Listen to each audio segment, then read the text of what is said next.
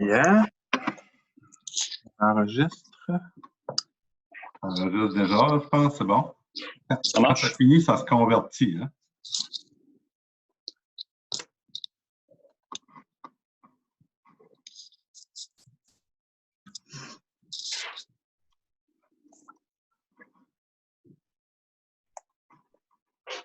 Fait que là, on voit.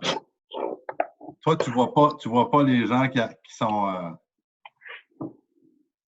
Oui, je les vois, les gens qui sont en attente ou Ouais. là, ils ne sont pas acceptés, c'est ce que je comprends ou. Ils sont sur la blacklist. Non, ils sont là, je pense. Ils sont là et ils entendent ce qui se passe. Hein. Parfait. Ça. Ils peuvent. C'est bon, moi j'ai accès au panel de. Ils peuvent chatter. Steven, il est là comme spectateur. Effectivement. Je vais le promote to panelist. Hein. Dans sa langue. Mathieu. Un petit peu, je viens de voir là. Merci de m'avoir accepté. C'est fort apprécié. Et puis Luc, je voulais te dire tantôt, merci d'être là ce soir. C'est le fun. Ah, c'est meilleur pour moi aussi. Là. On essaye tous de s'ajuster avec ces événements-là. C'est une belle expérience. Qu'est-ce qui nous manque? Il nous manque Denise et David. Mathieu, à soir, Mathieu, peux-tu mentionner que le quai, là, c'est prévu pour mi-septembre? Oui. OK.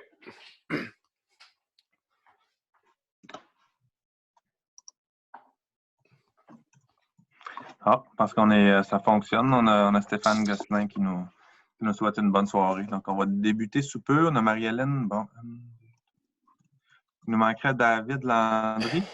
Je vais aller voir.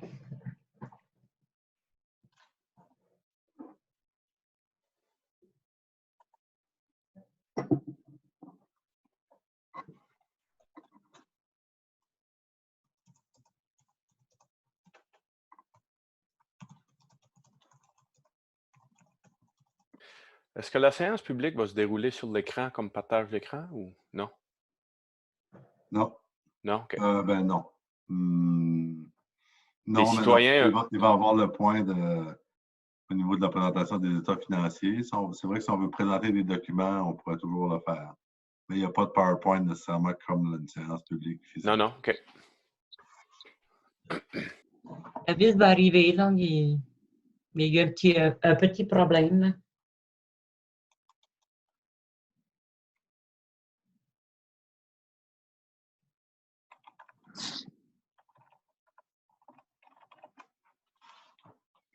Ça fonctionne. On a des invités ce soir avec nous. 7 personnes déjà sont présentes. Oh! Je constate la présence de notre nouvelle directrice des services administratifs et de la trésorerie. Ben oui, Mme Forêt. Il va y avoir en grande primeur une vue d'ensemble des états financiers 2019. Est-ce que ça va comme ça, Mathieu? Souhaites-tu que je te mette hausse là, en bon français ou je sais pas, on dirait que tu sembles faire la même chose, que tu sembles avoir la même information que moi là? Oui, c'est ça, j'ai accès aux questions du public, c'est ce qui me préoccupait. Puis non, je suis correct comme ça. Tout à fait. On va se donner encore une petite minute pour que David se joigne à nous. Il était avec nous il y a quelques minutes.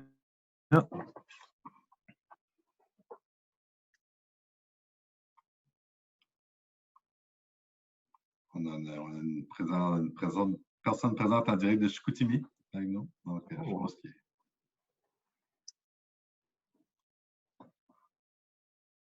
En direct de Chicoutimi, mais oui.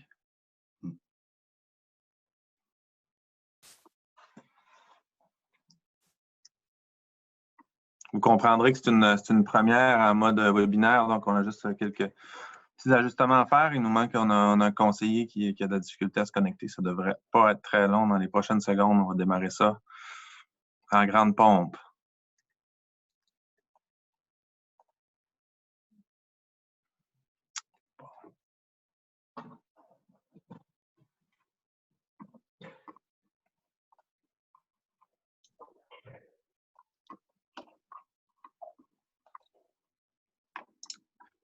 Super. Alors, l'ensemble des membres du conseil sont là. Je prends pour acquis que vous m'entendez bien.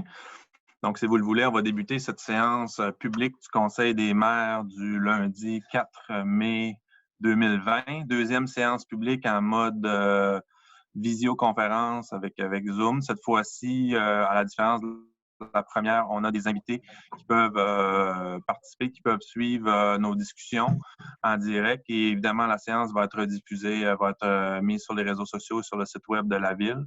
Et puis, lors de la période de questions, je devrais dire des périodes de questions, vous pourrez, ceux qui sont en ligne, si vous souhaitez nous poser des questions dans la partie questions et réponses ou question and answer, si votre logiciel est en anglais. On pourra y répondre séance tenante. Donc, ce soir, je vais y aller avec la lecture et l'acceptation de l'ordre du jour. Vous voyez à l'écran, il y a M. Luc Audette qui est avec nous pour nous faire la présentation des états financiers. Donc, ça va comme suit pour l'ordre du jour. On a le point 1, lecture et l'acceptation de l'ordre du jour. Le 2, l'approbation du procès-verbal de la séance ordinaire du 6 avril 2020. 3, les dossiers de la mairie, correspondance. 4, dossiers de la direction générale, il n'y en a aucun pour ce soir. 5, les dossiers de la trésorerie. On a la présentation des états financiers, comme je vous le mentionnais, au 31 décembre 2019 par M. Luc Audette. 5.2, on a l'annulation des intérêts à payer pour la période de versement en cours des taxes municipales. 5.3, compte à payer au 30 avril 2020. 6, des dossiers du greffe, il n'y en avait pas pour ce soir. 7, les dossiers de l'urbanisme, on a la vente de terrain et l'autorisation de signature pour la brûlerie du quai. Ensuite, en 7.2, demande de PIA, plan d'implantation et d'intégration architecturale aux 5, 6 et 8 rue Jean-Paul Guité. 7.3, mandat à un notaire et autorisation de signature pour la résiliation d'une servitude de passage pour piétons et d'une clause de préférence d'achat. 8, dossiers de développement économique et du tourisme, on n'en a pas ce soir. 9, dossiers de loisirs, culture et vie communautaire, on a en 9.1, une politique d'acquisition d'œuvres d'art publiques. Ensuite, en 9.2, mise à jour du plan d'action municipalité amie des aînés, MADA. En 10, les dossiers des travaux publics. 10.1, on a un octroi de mandat pour une étude de rupture du barrage X0003613 pour en établir le niveau de conséquence. 10.2, mise à jour de l'annexe A du règlement 2004-47 concernant la limite de vitesse des véhicules routiers dans les rues et les chemins municipaux. 11, dossier de la sécurité publique. 11.1, aucun. 12, prochaine séance. Il n'y en avait aucun. 13, autres sujets. Et à 14, on a un tour de table du conseil. 15, période de commentaires et de questions. Et en 16, levée de la séance. On a dans les questions, est-ce qu'on peut voir l'ordre du jour? Je ne sais pas, M. Audette, si vous êtes en mesure de... peut-être pas maintenant parce qu'on va avoir la présentation des états financiers, mais après de diffuser l'ordre du jour, ce qui permettrait aux gens de mieux peut-être suivre les points de la séance. Comme je disais, on n'a pas de document prévu à cet effet au cours de la séance. Là. Si les gens veulent, l'ordre du jour est disponible sur le site Internet de la Ville, là, dans la gouvernance municipale, suivre la politique municipale. Donc, ça serait possible d'y avoir accès via le site web de la Ville. Je vais tenter d'être le plus clair possible. Là, habituellement, on a une présentation, une présentation PowerPoint qu'on diffuse dans les réunions publiques, mais ce soir, avec la situation, on n'en a pas. Mais en tout cas, je vais y aller peut-être plus doucement. Là, ça défile quand on fait la lecture de l'ordre du jour, mais vous allez être en mesure de suivre, j'en suis convaincu. Donc, si ça vous convient, les membres du conseil, ça me prendrait une proposition pour adopter l'ordre du jour comme je vous ai présenté. C'est proposé par Mme Marie-Hélène Richard. Merci beaucoup. Ce qui nous amène au point dossier de la mairie, correspondance. On a reçu une lettre du ministère des Transports du Québec, une acte d'acceptation de demande d'aide financière qu'on avait déposée dans un programme pour faciliter les déplacements actifs. Donc, on avait déposé ce qu'on souhaite faire, ce qu'on va faire, en fait, c'est une piste cyclable qui va relier à partir de la rue F. Leblanc, donc de l'intersection de la rue F. Leblanc et de la 132. Donc, où est les feux de circulation, là, tout près de la rue du Quai, là, presque en face de la rue du Quai. À partir de là, on va aller relier jusqu'aux écoles primaires et au Quai des Arts en passant par la rue, une partie de la rue Penouille. Et donc, l'idée, c'est de sécuriser ce tronçon-là pour que les gens puissent aller, entre autres, à l'école en vélo de façon sécuritaire. Donc, on a reçu un financement de 32 000 $ du ministère des Transports qui vont nous permettre de réaliser ce projet-là. Puis, c'était une lettre qu'on a reçue à cet effet-là. Ensuite, on n'avait pas de dossier de la direction générale pour ce soir. Ce qui nous amène au point 5, dossier de la trésorerie, présentation des états financiers au 31 décembre 2019. Comme mentionné, M. Audette est avec nous. Donc, je vais lui laisser faire la présentation de ces états financiers-là. Et par la suite, habituellement, normalement, en séance publique, on a toujours des questions, une période de questions à la fin. Ce que je vais faire pour ce soir, si vous avez des questions spécifiquement sur les états financiers, on pourra ouvrir une petite période de questions. Puis ce que ça nous permettra de faire, c'est de libérer M. Audette par la suite pour le reste de la séance. Donc, si ça vous convient, vous pourriez y aller avec la présentation, M. Audette. Merci beaucoup, M. le maire. Alors, bonsoir à tous. Je vais partager mon écran pour vous montrer la présentation de ce soir.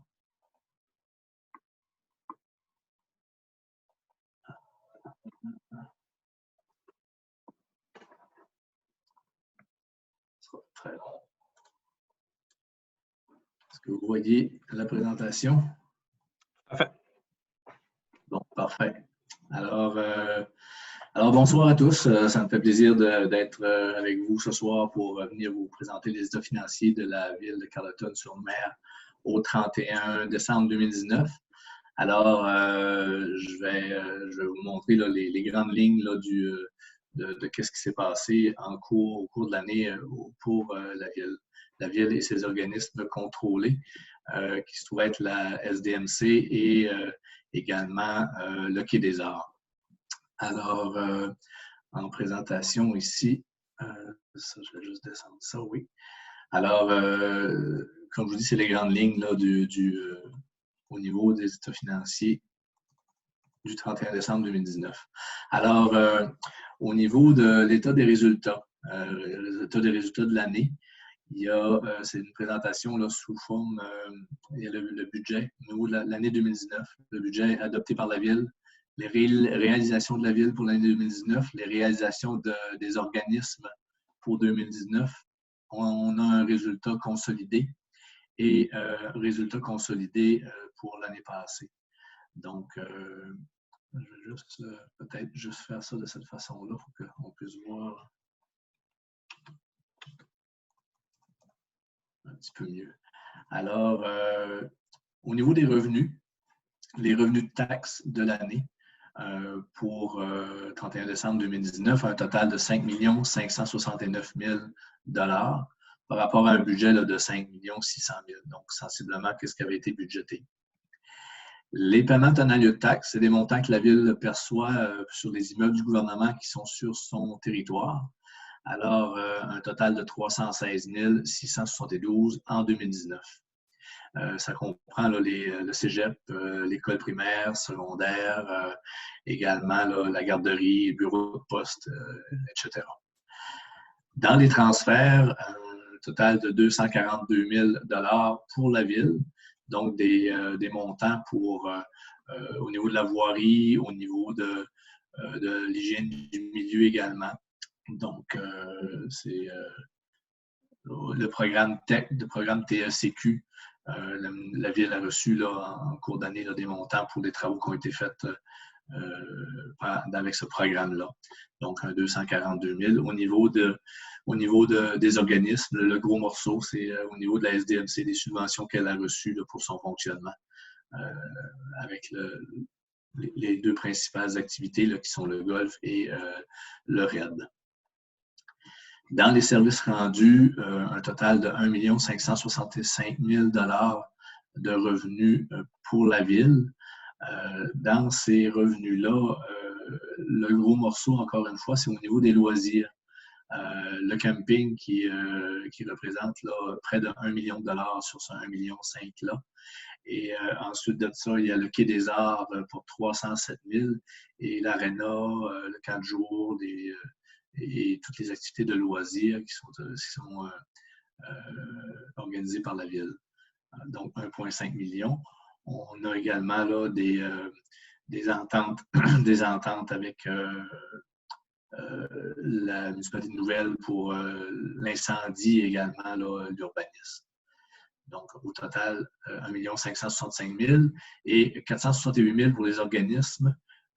Au niveau de la SDMC, là, le golf et le RAID, des revenus perçus pour l'année 2019, 468 000 $. Et dans les autres revenus, on a un montant de 880 000 $. Dans cet élément-là, le gros morceau, c'est les revenus provenant des éoliennes et également de la Régie de l'énergie. Ça totalise là, près de 700 000 $ sur le 880 000 ici.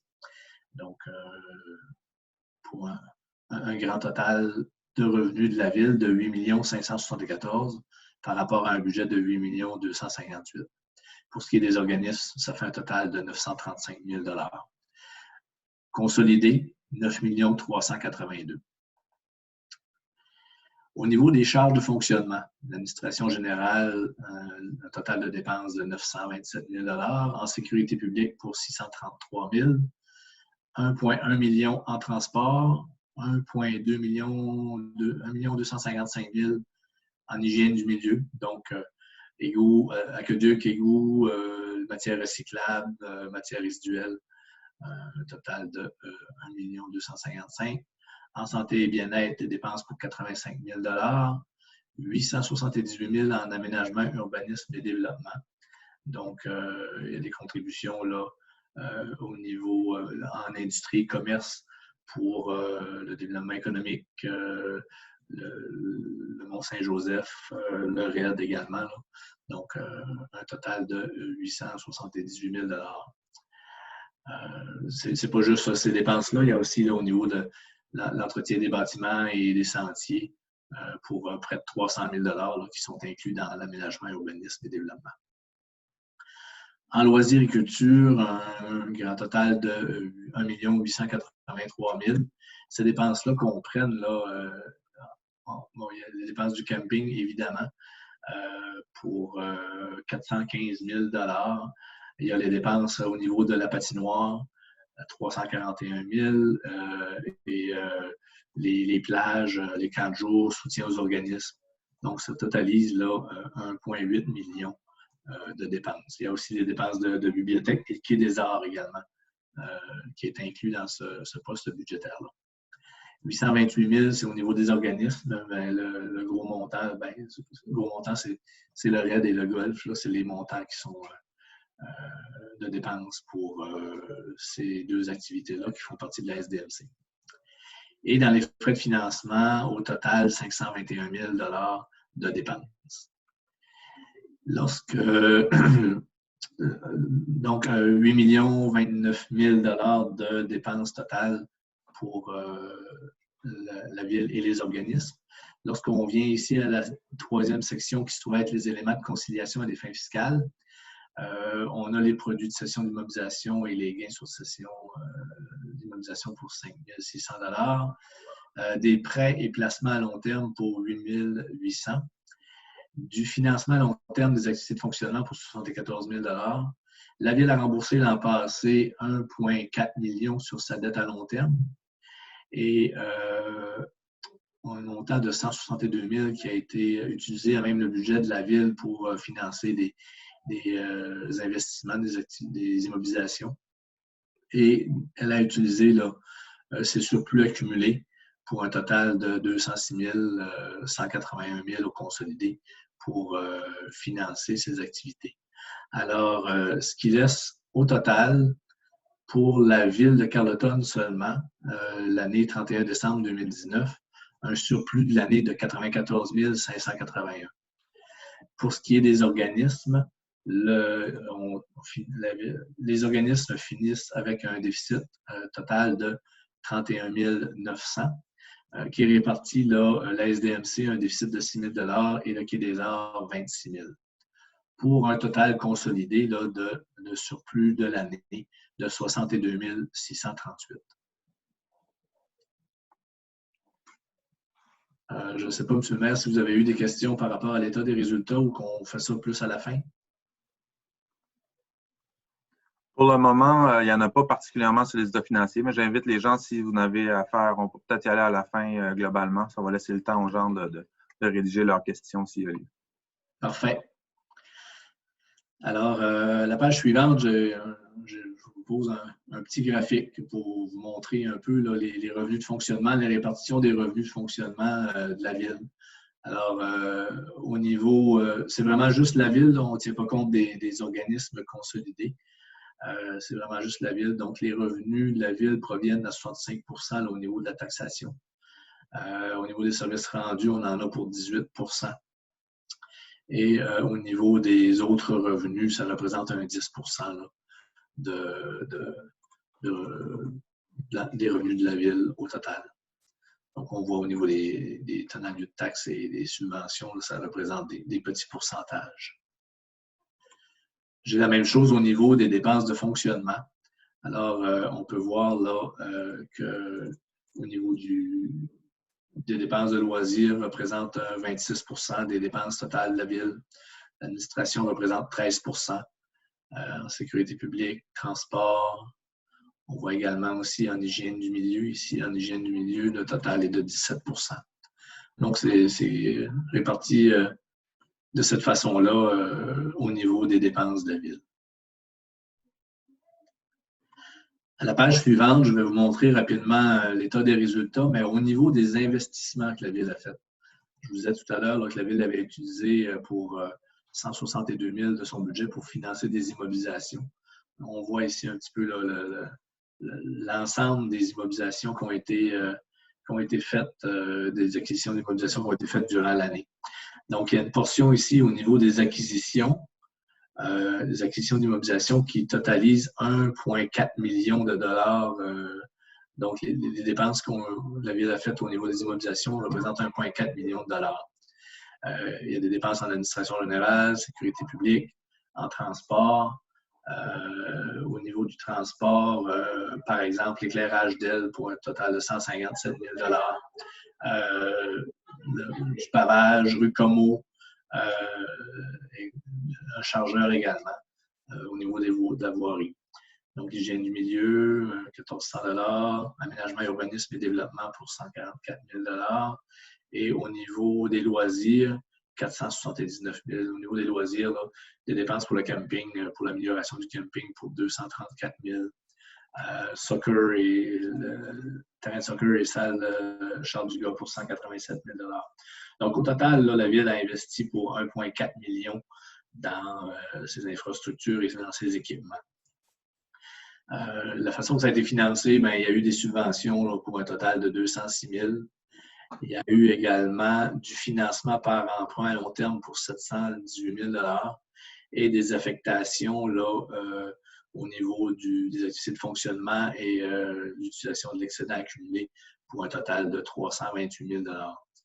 Donc, ça laisse un déficit pour l'année de 143 000 $, mais c'est seulement, j'appelle ça un déficit de timing, là, parce que si la ville avait reçu tout l'argent qu'elle était censée recevoir sur des projets qui sont en cours, parce qu'il y a des projets qui chevauchent plus d'1 an, donc si la ville avait reçu tout son financement, le résultat de l'année aurait été à 0.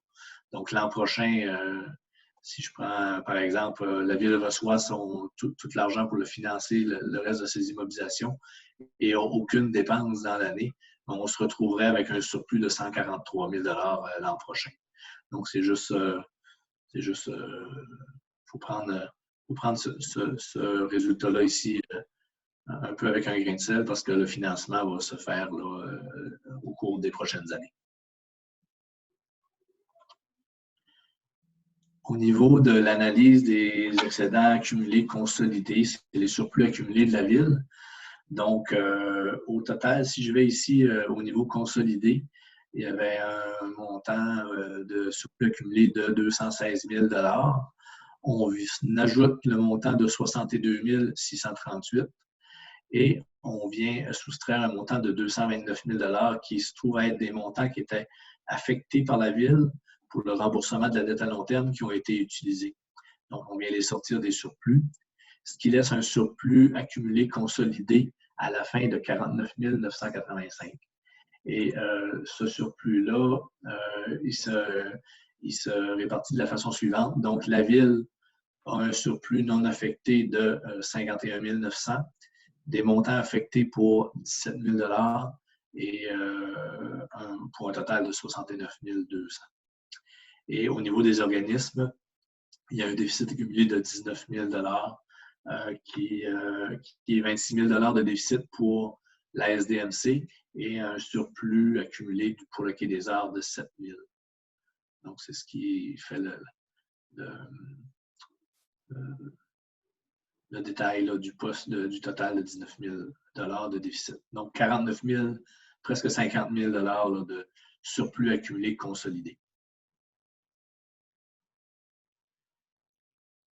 Au niveau de la dette à long terme, un petit tableau rapide pour vous montrer l'endettement de la ville. Donc, il y a un total de 17 457 000 de dette à long terme au niveau de la ville. Les montants qui sont à la charge de la ville de Carleton, il y en a pour 16 millions. Le gouvernement du Québec, qui a 1,4 million qui va rembourser, c'est des subventions qui vont verser à la ville pour le remboursement des dettes à long terme. Donc, la part du gouvernement se trouve être à 1,4 million. La Société de développement, la SDMC, a une dette de 164 000 $ et le Quai des Arts pour 92 000. Donc, on voit la répartition là, de la dette à long terme. La dette a quand même, de la ville a quand même diminué là, de plus de 500 000 là, au cours de l'année 2019. Finalement, le dernier petit tableau que je voulais vous montrer, c'est le résultat sommaire d'opération du camping et du golf. Donc, lorsqu'on prend les revenus et les dépenses de chacune de ces activités-là, au niveau du camping, il y a eu pour 986 000 de revenus, 414 000 de dépenses, donc ça laisse un surplus d'opération pour le camping de 572 000 $. Pour ce qui est du golf, ça s'est presque autofinancé au cours de l'année. Donc, il y a eu des revenus pour 369 000 $ et des dépenses pour 377 000 $, ce qui laisse un déficit d'opération de 8 000 $ pour le golf. Alors, c'est un petit tableau là, qui résume là, un peu très sommairement les résultats de ces deux activités-là au niveau des états financiers de la ville. C'est essentiellement ce que je voulais vous présenter au niveau des états financiers et de la petite présentation là, de ce soir. Je ne sais pas s'il y a des gens qui avaient des questions par rapport aux états financiers. Merci beaucoup, M. Audette. C'est très clair. J'invite les gens là, qui ont des questions, comme mentionné, à le faire via soit le chat ou la section questions-réponses. Idéalement, la section questions-réponses, mais on va les prendre. Il y a d'autres questions qui ont été posées, d'ordre plus général. Celle-là, je vais y répondre à toute fin de séance. On va se concentrer juste pour ce qui touche spécifiquement à la présentation de M. Audette. Donc, vous l'avez vu, on dégage un surplus de consolidé, donc qui inclut le Quai des Arts et le golf de 63 000 $ si j'arrondis cette année. Pour ceux qui suivent, là, on avait un objectif au départ ce qu'on souhaitait, c'est pour terminer 2019 avec un surplus de 150 000. Donc, on arrive quand même au niveau de la ville avec 94 600 de surplus. Si on enlève le déficit de la SDMC et du Quai des Arts, ça nous donne, comme je vous disais, un surplus consolidé de 63 000. Donc, dans le contexte, c'est quand même des chiffres qui sont intéressants. Comment on explique cette différence-là? Bon, entre autres, là, ce que je note au niveau des dépenses, là, il y a une augmentation significative des dépenses de déneigement. Pour ceux qui se rappellent, 2019 a été une grosse année, l'hiver 2019. Donc, on a 59 000 d'augmentation des dépenses au niveau du déneigement. Il y a aussi un ajustement qui a été fait, là, c'est plutôt technique, mais au niveau de l'inventaire qui était surévalué depuis quelques années. Donc, il y a une correction qui a été faite. Et donc, ce que ça fait, c'est que ça vient diminuer 38 000, en fait, le surplus envisagé. Donc, si on enlevait ces deux postes-là que je vous ai dit, on serait arrivé avec on aurait dépassé nos objectifs, mais on est quand même, je vous dirais que dans le contexte, là, la situation, vous le savez, la situation financière de la ville et on la prend très au sérieux, on la surveille, on a une dette qui est élevée, vous le voyez. On a un plan quand même pour réduire cette dette-là de 2,5 millions sur 3 ans. C'est l'objectif qu'on poursuit. L'an 2019 était l'an 1. Et donc, on veut aussi arriver à la fin d'année avec des petits surplus pour se dégager des marges de manœuvre, pour se dégager des surplus qui sont non affectés. Donc, voilà la situation. Je vais regarder s'il y a des questions spécifiquement concernant les états financiers. Oui, il y en a une ici que j'ai notée, là, qui va comme ça, je remarque. Pardon? C'est bon, ben, je viens de la voir, je peux y aller. Je remarque sur la première page qu'il y avait une bonne différence entre les dépenses planifiées pour le transport au niveau du budget et les dépenses réelles. Qu'est-ce qui explique la différence? Ben, c'est ce que je viens de vous mentionner, là, notamment au niveau du déneigement. Là. Ben, vous pouvez corriger M. Audette, là, messieurs Audette, s'il y a d'autres éléments, mais au niveau du département du transport, dans les dépenses, ça a augmenté beaucoup. Des frais d'essence qui sont reliés au déneigement pour l'hiver 2019, qui a été un rude hiver. Donc, juste là, il y a 59 000 supplémentaires où on a excédé le budget. Je ne sais pas si vous avez des précisions à ajouter, messieurs. Il y a aussi, là, au niveau où la Ville a reçu des subventions au niveau de la taxe d'assises, le programme TACQ. Il y a eu des dépenses là, de fait pour environ 85 000 là, qui ont été financés avec une subvention. Mais il y avait aussi là, les ajustements d'inventaire dont vous avez parlé, M. le maire, puis également là, un peu plus d'entretien au niveau des chemins. Et effectivement, il y a eu un peu plus de dépenses également là, au niveau environ 40 000 de plus, là, juste pour l'entretien de la machinerie et l'essence au niveau de l'enlèvement de la neige. Donc, grosso modo, là, c'est ce qui peut expliquer là, la variation là, entre ce qui avait été budgété et le réel. Merci beaucoup. Est-ce qu'il y avait d'autres questions concernant spécifiquement les états financiers et la présentation? Sinon, ben écoutez, je vous remercie, M. Audette, de cette présentation-là. C'est toujours très clair. Puis, on va se dire à l'année prochaine. Oui, parfait. Ben, merci beaucoup. Je vous souhaite une bonne fin de soirée. Super. Donc, les états financiers, c'est un dépôt qu'on fait lors des rencontres publiques comme ce soir. Ils sont autorisés par le directeur général qui est M. Audette. Donc, ça a déjà été fait. Ce soir, on n'a pas besoin de résolution à proprement parler pour ce document-là. Donc, ça serait complété pour le point 5.1. Je vais me permettre de revenir. Je suis passé tout droit tantôt au point 2, l'approbation du procès-verbal de la séance ordinaire du 6 avril 2020. Donc, l'ensemble des membres du Conseil ont reçu le procès-verbal et l'ont validé. Si ça vous convient, c'est toujours fidèle à nos discussions. Ça me prendrait un proposeur pour l'adopter. Proposé par Mme Leblanc que j'ai attrapé en premier. Donc, si on poursuit, on serait au point 5.2, annulation des intérêts à payer pour la période de versement en cours des taxes municipales. En fait, ça s'inscrit dans tous les enjeux qui touchent la COVID à l'heure actuelle. Dans un premier temps, là, la Ville, en mars, a procédé à l'annulation des intérêts. En fait, c'est technique, mais ce que ça signifie, ce qu'on veut faire, en fait, c'est envoyer un signal clair pour donner un petit coup de pouce à nos commerçants et à nos citoyens. Donc, en permettant un report de taxes. Techniquement, on met le taux d'intérêt à 0 %. Ce que ça fait, c'est que les gens qui ne sont pas en mesure de payer leurs taxes à la date d'échéance, ben, ils n'ont pas de pénalité pour ça. On les avait reportés initialement jusqu'au 15 mai. Ce qu'on propose ce soir de faire, donc, c'est de mettre le taux d'intérêt à 0 % jusqu'au 15 juillet. Donc, puis on va suivre évidemment la situation en espérant que le taux rentre à l'ordre. J'en profite peut-être pour mentionner que malgré ce report-là, on invite les gens qui sont en mesure de payer leur compte de taxes de le faire parce que, évidemment, ces liquidités-là sont nécessaires à la Ville. Ça se passe bien, on a vérifié tout ça. Puis au niveau des liquidités, on est correct. On peut poursuivre la mesure, mais j'invite simplement les gens qui peuvent le faire à maintenir leurs bonnes habitudes. Donc, si ça vous convient, membres du Conseil, ça me prendra un proposeur pour adopter cette résolution. Proposé par M. David Landry. Merci beaucoup.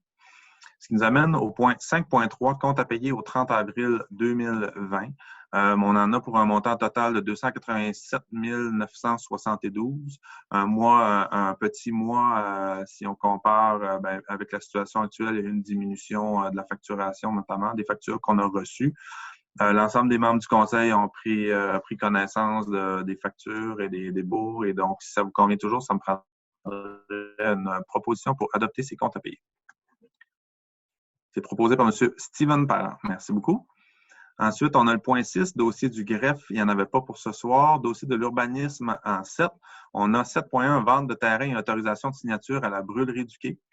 Ça fait, je vous dirais, quelques mois qu'on est en pourparlers avec M. Marquis, qui est propriétaire de la brûlerie du quai, qui souhaite agrandir. Vous le savez, il y a eu un agrandissement qui a été fait du bâtiment pour installer son atelier de... Oups, Mme Richard, oui, pardon, excusez, c'est vrai, simplement mentionner que Mme Richard s'est retirée des discussions qui ont eu cours tout à l'heure sur ce point-là. Elle n'a pas participé aux discussions.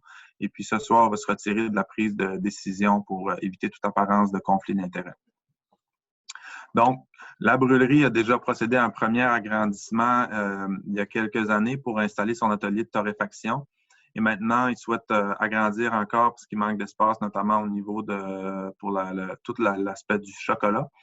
Et donc, on a des discussions. La Ville a un terrain là. On s'est entendu avec le promoteur pour procéder à la vente de ce terrain-là au montant de 1,50 $ le pied carré. Pour 13 000 pieds carrés de terrain, ce qui représente la somme de 19 754,47 plus les taxes applicables. Puis c'est une partie du lot 5 957 622. Dans cette résolution-là, ce soir qu'on vous propose, il y a quelques clauses qu'on ajoute. Donc, la première des choses, c'est que cette vente-là doit être conditionnelle à la construction d'un bâtiment pour les activités de la brûlerie du quai dans un délai maximal de 2 ans. Donc, le promoteur a 2 ans pour réaliser son projet. Et si ce n'est pas le cas, bien, la Ville se réserve le droit de reprendre le terrain. Il y a aussi une condition dans l'entente avec la brûlerie qui est l'ajout d'un afterburner.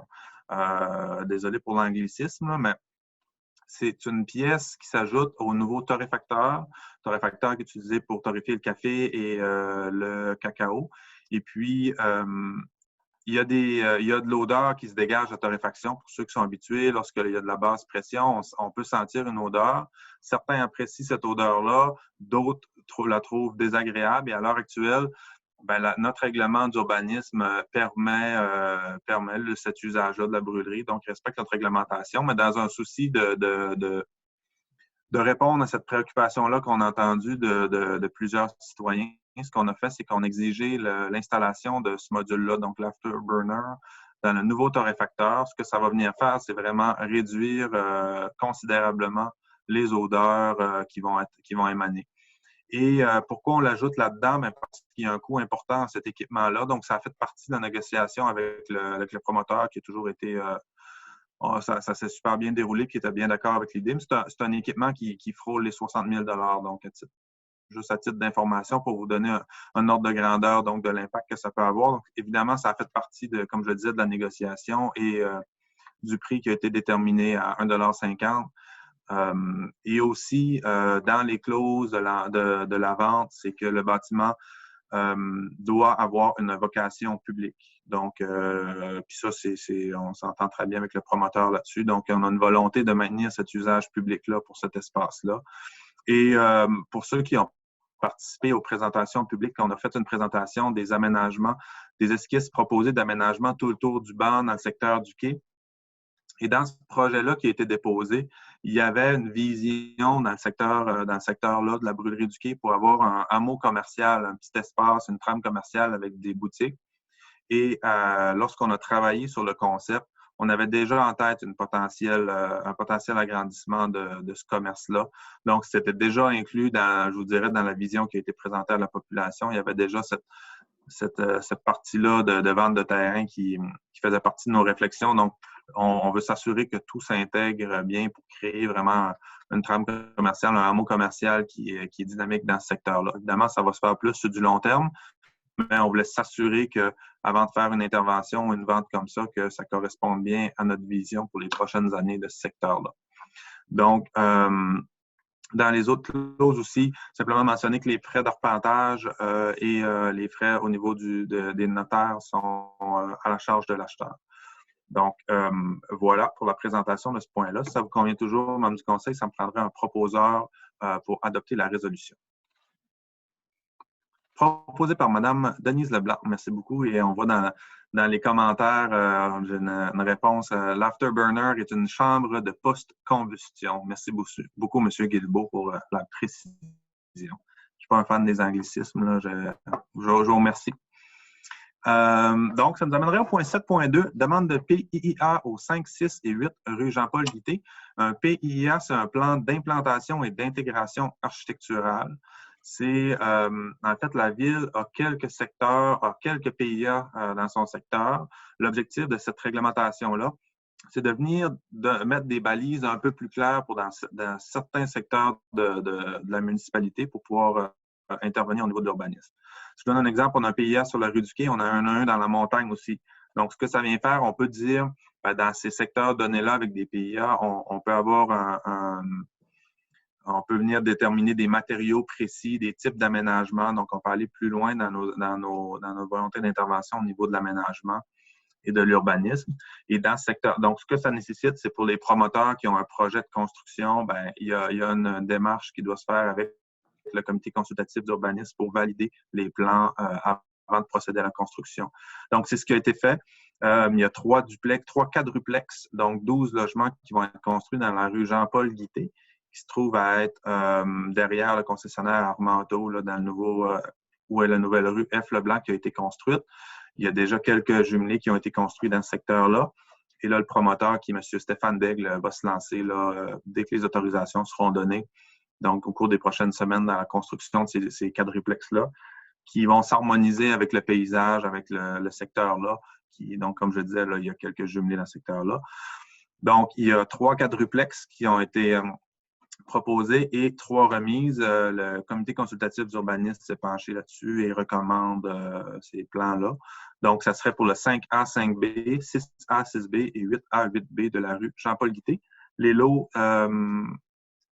c'est 6 272 926, 6 272 927, 6 272 928. Donc, si ça vous convient toujours, membre du conseil, ça me prendra un proposeur pour adopter cette demande de PIA. C'est proposé par M. Alain Turcotte. Merci beaucoup. 7.3 maintenant, mandat à un notaire et autorisation de signature et résiliation d'une servitude de passage pour piétons et d'une clause de préférence d'achat. C'est en lien avec le point précédent. Donc, initialement, le projet de 48 logements qui a été construit sur la rue Jean-Paul Guité, le projet a été construit au nord de la rue Jean-Paul Guité, mais ce qui était prévu initialement, c'est qu'il soit construit au sud, exactement dans la rue où sont au nord de la rue F. Leblanc, dis-je. Donc, il était prévu au sud plutôt qu'au nord. Et là où les quadruplex vont être construits, c'est là où devait être donc le 48 logements. Et dans le concept initial du 48 logements, il y avait un accès piétonnier qui devait passer, une servitude de passage pour les piétons qui passaient sur le terrain où est le concessionnaire Armand Automobile. Maintenant, depuis, il y a eu des changements, le projet a évolué, le 48 logements s'est déplacé plus au nord, comme je le mentionnais, et on a des accès cyclables qui sont là à partir de là. Donc, ce qu'on a réalisé en regardant avec le notaire, c'est qu'il y avait encore cette clause-là qui n'était plus d'actualité, mais on se doit quand même de faire les corrections nécessaires pour la retirer. Donc, pour la réalisation de la servitude de passage de piétons. Puis, il y avait aussi une clause de préférence d'achat au cas où le terrain n'était pas utilisé pour faire le 48 logements. Le projet suit son cours, donc cette clause-là ne tient plus. Donc, si vous êtes d'accord, ça me prendrait une proposition donc pour mandater une firme de notaire qui serait Tremblay Barriot Notaire Incorporé. Ça, c'était au choix de l'acheteur et que les honoraires et les débourses soient à la charge de la ville. Et aussi, dans la résolution, on mandaterait moi-même et le directeur général et greffier, M. Audette, à signer tous les documents nécessaires pour compléter. Donc, ça vous convient toujours, ça me prendrait un proposeur pour adopter cette résolution. Proposé par M. Jean-Simon Landry. Merci beaucoup. Au niveau 8, dossier du développement économique et du tourisme, on n'en avait pas ce soir. 9, dossier de loisirs, culture et vie communautaire. On a une politique d'acquisition d'œuvres d'art publiques. On a quelques œuvres d'art publiques sur le territoire de Carleton-sur-Mer. On en a une vingtaine au total. Donc, ça en rajoute quand même régulièrement. On commence à avoir une collection intéressante. Et puis, on s'est rendu compte qu'on n'avait pas de politique pour l'acquisition. Je vous dirais que la politique englobe aussi l'entretien de ces œuvres d'art-là. Et Donc, on souhaitait se doter de ça. Les objectifs de la politique, je peux vous les lire rapidement. Le premier, c'est de sensibiliser la population et les visiteurs à l'importance des œuvres d'art public qui embellissent la qualité de vie. Rendre accessibles les œuvres d'art au public, évidemment. Le troisième, c'est d'offrir une vitrine de choix aux artistes en soutenant leur création. Ensuite, consolider le pôle culturel qu'est la ville de Carleton-sur-Mer. Diversifier l'apport touristique de la ville de Carleton-sur-Mer par la constitution d'une collection d'œuvres d'art public. Et doter la ville de Carleton-sur-Mer d'une collection d'œuvres d'art permanente.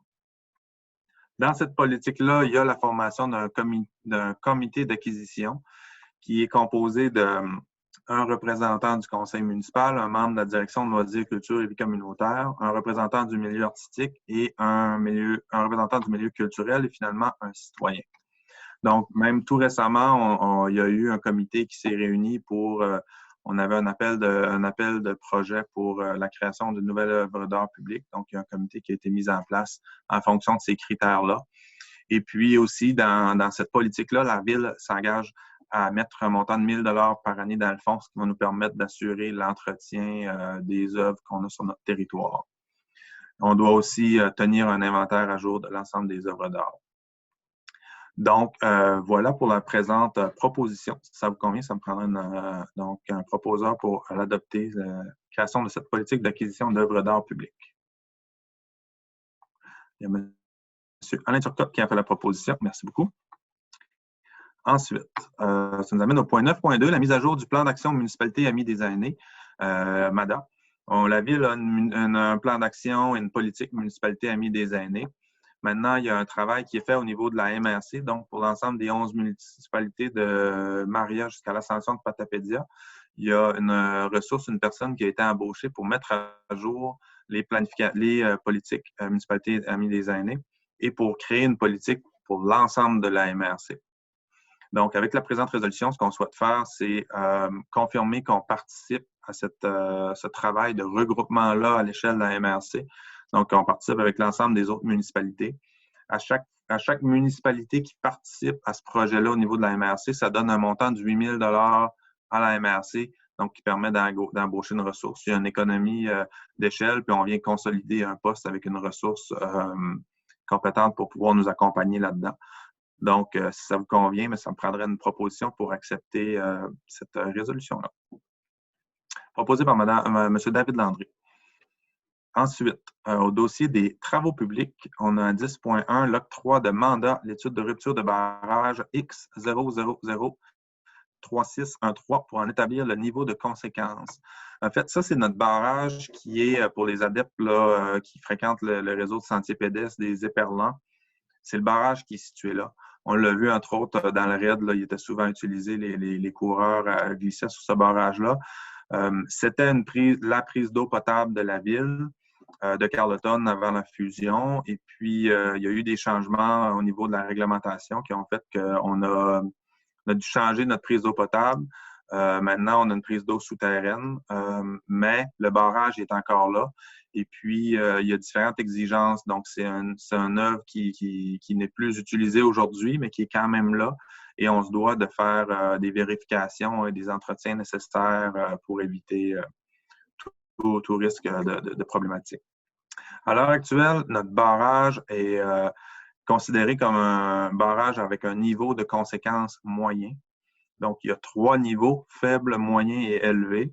Puis, dépendamment du niveau de conséquence du barrage, ben, l'entretien qu'on doit faire varie. Donc, au niveau moyen, il faut faire un entretien aux 10 ans, c'est-à-dire une vérification aux 10 ans.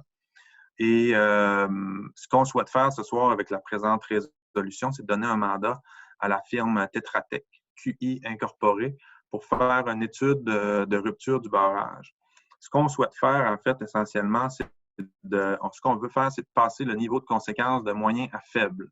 On pense que suite à l'étude qu'on donnerait ce soir, ben, on pourrait diminuer le niveau de conséquences et donc les coûts potentiels pour la ville pour maintenir cette infrastructure-là. Parce que je le disais d'entrée de jeu, le barrage n'est plus en fonction, n'est plus utilisé, mais pour le gouvernement du Québec, mais ça demeure, eux autres, ils prennent toujours en considération que le barrage est plein. Même s'il ne l'est pas, en période printanière, avec la crue des eaux, il augmente, il arrive jusqu'au niveau limite. Mais pour le reste de l'année, il y a une vanne qui est au bas du barrage qui est toujours ouverte, donc l'eau s'écoule normalement là.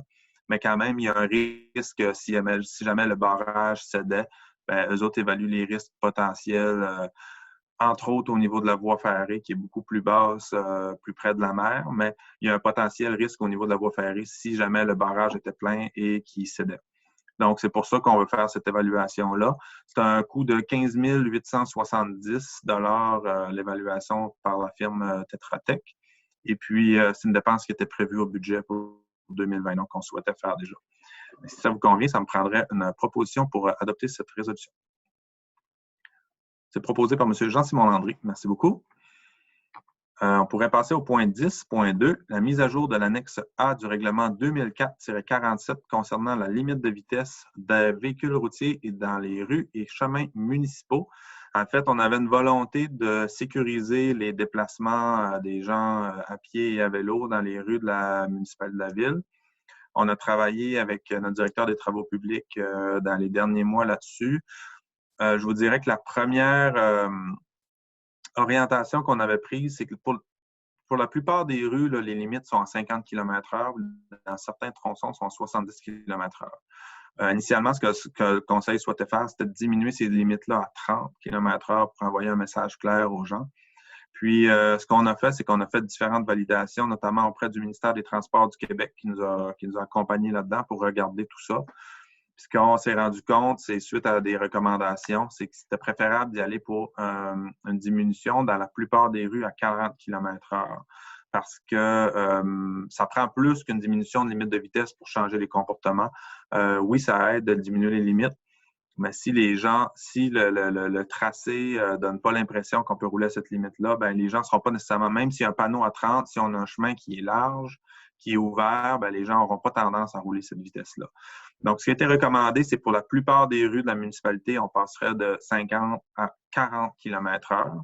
On va faire aussi, donc on va changer l'affichage. Il va y avoir dans certaines rues du marquage au sol qui vont être fait à l'entrée des rues de façon très claire pour indiquer la nouvelle limite de vitesse, pour inciter les gens à réduire. Et on s'est gardé des limites de 30 pour les zones scolaires. Donc, aux abords de l'école Bourg, du cégep, sur la rue de l'Église aussi. C'est tous des secteurs qui vont être à 30 km/h. Donc, ça, c'est toujours suite aux recommandations du ministère des Transports. Donc, en ayant des zones à 40, bien là, on vient mettre l'emphase. S'il y en a quelques endroits qui sont à 30, on vient mettre l'emphase sur ces endroits-là pour s'assurer que les gens roulent pas vite dans les secteurs scolaires. Pour les rues qui sont à 70 km/h, bien, il y a la rue Charles-Hubert-Nord qui, à partir du kilomètre 0,7, donc le début de la rue serait à 50 km/h pour ensuite passer à 70 et tout le rang 2 serait à 70 km/h pour s'assurer aussi de s'harmoniser avec la municipalité de Maria. Il y a la route Saint-Louis à partir du kilomètre 2, donc à partir de la route de Gravier jusqu'au 6.5. Il y a un petit tronçon de la route Saint-Louis qui serait à 40 km/h entre le kilomètre 6.5 et 7.5. Donc, voilà pour cette résolution-là. Si ça vous convient toujours, ça me prendrait une proposition pour pouvoir l'adopter et ensuite déjà procéder aux changements qui seraient effectifs là, dès cet été. L'équipe des travaux publics va se mettre à pied d'œuvre là-dessus, souper pour commander les différentes enseignes et puis faire le marquage. Donc, ça me prendra une proposition pour adopter cette résolution. Proposée par Mme Denise Leblanc. Merci beaucoup. Point 11, dossier de la sécurité publique, il n'y en avait pas pour ce soir. La prochaine séance, je l'ai oublié de le noter, aura lieu, 2 petites secondes, le lundi 8 juin prochain, par visio ou en public, en présentiel à l'hôtel de ville. Ça sera à déterminer en fonction de l'évolution, évidemment, de la situation. Autre sujet, est-ce qu'il y avait d'autres sujets pour les gens qui sont membres du conseil? Sinon, on pourrait passer au tour de table du conseil avant de passer à la période de commentaires et de questions du public. Donc, je vais commencer par M. Turcotte, si vous avez des éléments à signifier. Oui, bonsoir tout le monde. Je vais vous parler j'ai eu des rencontres au niveau des comités culturels avec M. Pascal Alain et les organismes culturels. On ne fera pas de cachette, c'est très difficile pour eux. Il y avait beaucoup de projets qui sont sur la glace. Donc, il y a tant les hockey du gouvernement du Québec qui commencent à décloisonner les entreprises. Donc, c'est commencé par le secteur de commerce au détail qui peut ouvrir maintenant. Mais pour ce qui est du niveau de la culture, il n'y a rien encore de décidé. On parle peut-être du 31 août. Donc, ce serait difficile d'organiser des événements là, parce que ça rassemble quand même beaucoup de monde en respectant les distanciations de 2 mètres.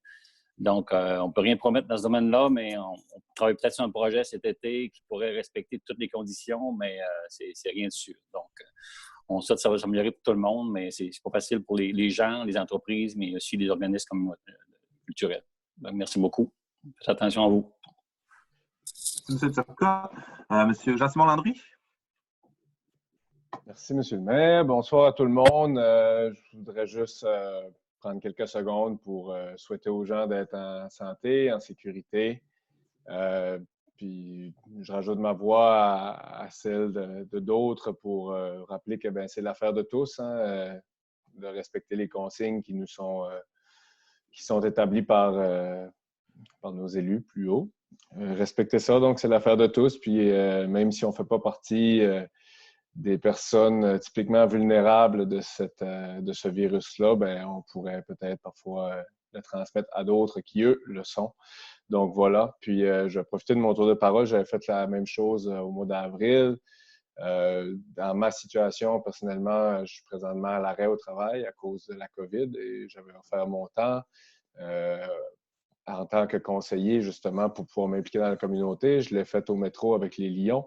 Puis si un organisme, une personne qui est à l'écoute, que je pourrais donner un coup de main, ça me ferait un plaisir de pouvoir aider comme faire se peut. Donc voilà, merci beaucoup. Bonne soirée à tous. Merci beaucoup. Je passerai la parole à M. Parent.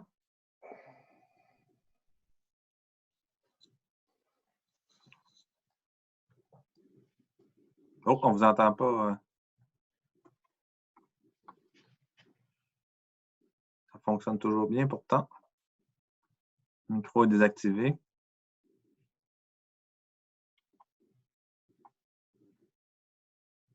On va passer à Mme Richard, peut-être le temps de faire des tests avec M. Parent, puis on va revenir dès que ça fonctionne. Dans le fond, moi, j'ai rien de spécial à dire ce soir. Je souhaiterais une bonne soirée à tout le monde, qui continue à faire les gros efforts pour la distanciation. Puis, j'ai pas d'informations particulières. Bonne soirée. Merci beaucoup. Mme Leblanc? Et bonsoir. Vous m'entendez bien, oui? Tout à fait. OK, parfait. Donc, M. Turcotte nous a parlé tantôt, comme de quoi qu'il y a beaucoup de commerçants qui ont pu ouvrir leurs portes à partir d'aujourd'hui. C'est entendu que ces entreprises-là, ils ont vécu, bien sûr, beaucoup de moments très difficiles dans les dernières semaines. Donc, moi, je vous encourage et même idéalement à investir dans l'achat local. Je crois qu'ils ont vraiment besoin de nous, l'ensemble des concitoyens de la ville de Carleton-sur-Mer.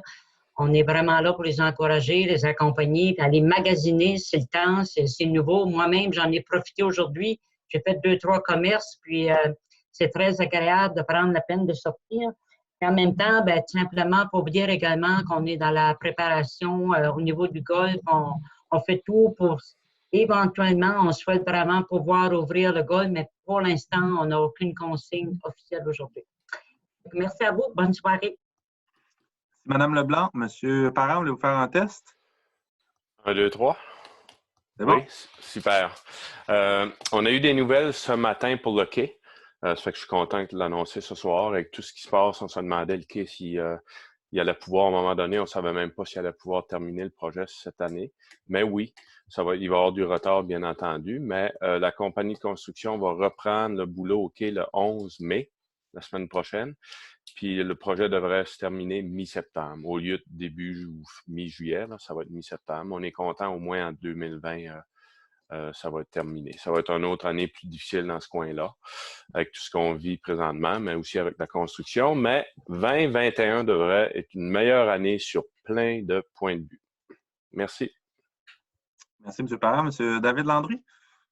Ouais, un petit peu dans la même veine que Mme Leblanc, avec les nouveaux commerces pas les nouveaux commerces, mais les commerces qui ouvrent chaque jour, dans le fond, ben, rester à l'affût des normes là, lorsqu'on rentre dans le commerce, là, souvent les normes de nettoyage et tout ça. Fait que même s'il commence à faire beau et on se promène plus, ben, rester réveillé sur toutes les normes de chaque commerce. C'est un petit mot pour dire ça. Merci beaucoup. De mon côté, je vais peut-être vous mentionner un peu là, ce qui est fait au niveau de la ville, là, les orientations qui avaient été prises pour les parcs et les espaces publics. Là. Vous le savez, avec la situation actuelle, on prend ça très au sérieux. Ce qu'on a décidé de faire essentiellement pour la cohabitation entre les cyclistes et les piétons, c'est une question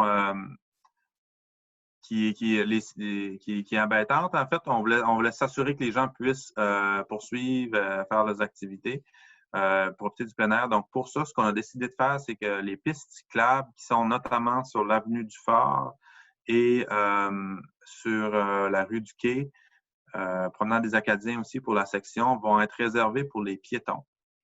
Et on va inviter les piétons à marcher, les cyclistes, pardon, à rouler sur la voie directement. Donc, l'avenue, la promenade des Acadiens qui nous mène jusqu'au parc Germain-des-Lauriers et qui se poursuit, va demeurer fermée pour les véhicules à l'intersection de la rue du Quai, là, où est la brûlerie. L'hiver, c'est une section qu'on ferme aux véhicules et l'été, normalement, on réouvre. Pour l'instant, on va la maintenir fermée pour la simple et bonne raison que le parc Germain-des-Lauriers n'est pas ouvert en raison de la situation actuelle. On ne peut pas ouvrir le parc. C'est la même chose pour les blocs sanitaires qui sont fermés au parc Germain-des-Lauriers. Donc, on veut avoir le maximum d'espace pour que les gens puissent marcher et faire du vélo. Donc, c'est le choix qu'on a fait. Aussi, l'avenue du Fort qui mène au phare et au camping est encore fermée. On va attendre normalement cette période-ci de l'année, on la réouvre, mais pour permettre aux gens d'avoir suffisamment d'espace pour pouvoir marcher et faire du vélo, on a décidé de la maintenir fermée jusqu'à l'ouverture prévue du camping. Donc, on laisse de l'espace pour que les gens puissent profiter du grand air de ces espaces-là qui sont magnifiques. Donc, c'est ce qui va se passer à court terme. Peut-être un mot sur le camping ou sur les activités de la ville. Je vous dirais on était vraiment, on s'en tient au service essentiel, tant au niveau des travaux publics que de l'équipe d'entretien. Mais néanmoins, on redémarre nos activités graduellement. On avait 3 différents scénarios pour l'ouverture prévue du camping. Habituellement, le camping ouvre à la fin mai. On a un scénario fin mai, fin juin et fin juillet. À l'heure actuelle, avec les indications qu'on a, on se dirige toujours vers une ouverture à la fin mai avec certaines restrictions, certains changements. Je vous dirais que depuis le 17 mars, depuis le début de cette aventure-là, si je peux le nommer comme ça, on a à peu près un peu plus de 3 fois plus de réservations que d'annulations au camping. Donc, malgré ça, les gens continuent ont bon espoir et souhaitent venir au camping. C'est un secteur d'activité qui peut-être qui se concilie bien avec la distanciation physique qui nous est imposée. Assurément, il va falloir ajuster au niveau de l'accueil puis dans nos façons de faire. On se questionne encore sur l'ouverture ou non des blocs sanitaires. Donc, dans le cas du camping, malgré tout, c'est quand même, ça demeure positif pour l'instant. On invite les gens à venir aussi en septembre, qui est toujours un très beau mois, qui est moins achalandé. Donc, c'est vers ça qu'on se dirige. L'équipe a commencé à travailler graduellement pour compléter les travaux d'aménagement qui avaient été débutés à l'automne dernier. On a l'installation d'abris aussi qui sont faites là, à l'extrémité complètement du camping. Donc, on poursuit ces investissements-là, ces interventions pour arriver avec un camping prêt pour la saison. Évidemment, on travaille très fort dans la situation. Beaucoup de représentations, j'ai beaucoup de rencontres à différents niveaux, régional, avec mes homologues, maires et préfets, avec les différents représentants de tous les ministères qui sont dans la région pour essayer de trouver des solutions, pour s'adapter, pour aider nos entreprises et nos organismes. M. Turcotte a mentionné le milieu communautaire qui subit beaucoup les impacts, qui ont été les premiers à subir les impacts puis qui risquent d'être les derniers à avoir une réouverture. D'ailleurs, dans les questions, là, il y a quelqu'un qui nous demandait tout à l'heure s'il allait avoir des spectacles cet été. Le 2 mètres demeure, donc ça sera pas possible d'avoir des spectacles comme on les connaît au Quai des Arts, mais comme mentionné tout à l'heure, on travaille très fort avec le milieu culturel pour trouver des alternatives originales et intéressantes pour permettre aux gens de faire certaines activités culturelles cet été. Mais on suit de très près les mesures. Il y a beaucoup de mesures qui ont été mises en place, comme vous l'avez vu, pour aider les entrepreneurs et les employés, mais plusieurs ne sont pas adaptés à notre réalité, c'est-à-dire à un contexte où on a beaucoup d'entreprises saisonnières. Donc ça me préoccupe. Ça préoccupe beaucoup, je vous dirais, l'ensemble des élus de la région, puis on travaille très fort. Notamment au niveau du tourisme, on n'a pas encore le plan de relance de l'industrie touristique et on sait que c'est un moteur économique très, très, très important ici. Donc, c'est à suivre. On suit ça très près. Je vous dirais qu'au niveau de la MRC aussi, il y a du travail qui se fait à ce niveau-là très intensément. Donc, on attend de voir les mesures au niveau provincial pour s'adapter au niveau de la MRC et de la ville.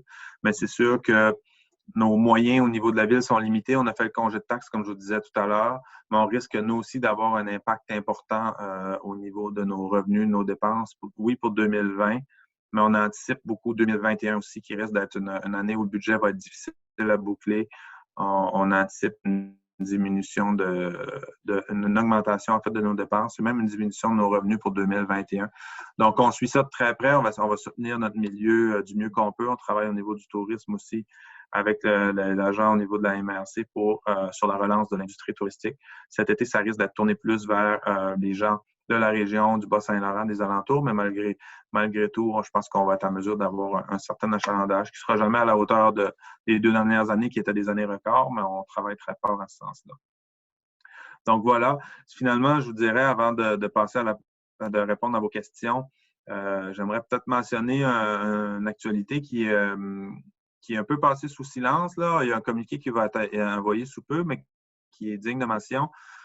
Jeudi dernier, on a officiellement tenu le premier conseil d'administration de la Régie intermunicipale de la gestion des matières résiduelles. Donc, les municipalités des MRC d'Avignon et de Bonaventure, de Chigaouek jusqu'à l'Ascension, se sont mises en commun pour créer un organisme qui est une régie intermunicipale qui va gérer les matières résiduelles. Ce que ça veut dire, c'est qu'on a finalement, le prétexte de la création de la régie, c'est vraiment pour faire du compostage. Ça fait longtemps que vous nous en parlez, puis ça fait longtemps qu'on souhaite aller de l'avant avec le compost, mais c'est complexe et c'est difficile, voire impossible de faire du compost juste à l'échelle d'une municipalité. Les coûts auraient été beaucoup trop élevés. Donc, on s'est mis en commun. C'est quand même un processus qui est long, mais on avance. On a un grand jalon de fait avec dans ces étapes-là. On en est très fiers. En tout cas, moi, j'en suis très fier. Il y a M. Éric Dubé, le maire de New Richmond, qui a été nommé comme président de cette régie-là. Il y a M. Antoine Naudette aussi, notre directeur général, qui agit à titre de secrétaire trésorier. Donc, il y avait un intérêt assurément dans ce dossier-là parce qu'il a travaillé à la création de la régie sur le comité. On avait un petit comité de création. M. Odette a été présent à toutes les rencontres, a animé ça. Et a une expertise super intéressante comme ancien directeur d'une régie intermunicipale, mais au niveau des transports. Donc, je vous dirais que c'est une contribution que la Ville fait dans ce projet-là important. Je m'implique aussi, évidemment, dans ce projet-là.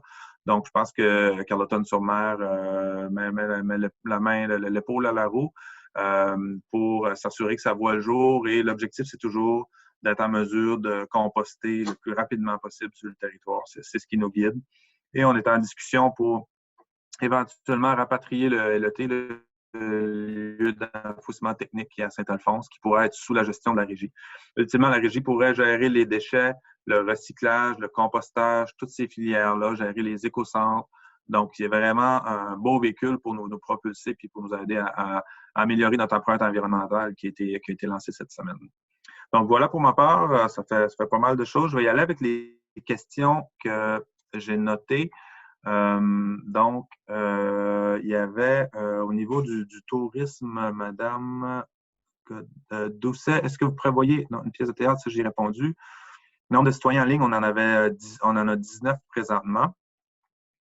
Il y avait une question à savoir qu'est-ce qu'on prévoit pour l'arrivée des touristes puis l'impact des retombées économiques. Je l'ai mentionné un peu d'entrée de jeu. Là, assurément, il va y avoir moins de touristes cet été, mais on travaille très fort auprès des gens de la région et des régions avoisinantes, la Côte-Nord, le Bas-Saint-Laurent, pour voir. À l'heure actuelle, il y a une ouverture prévue des frontières le 18 mai.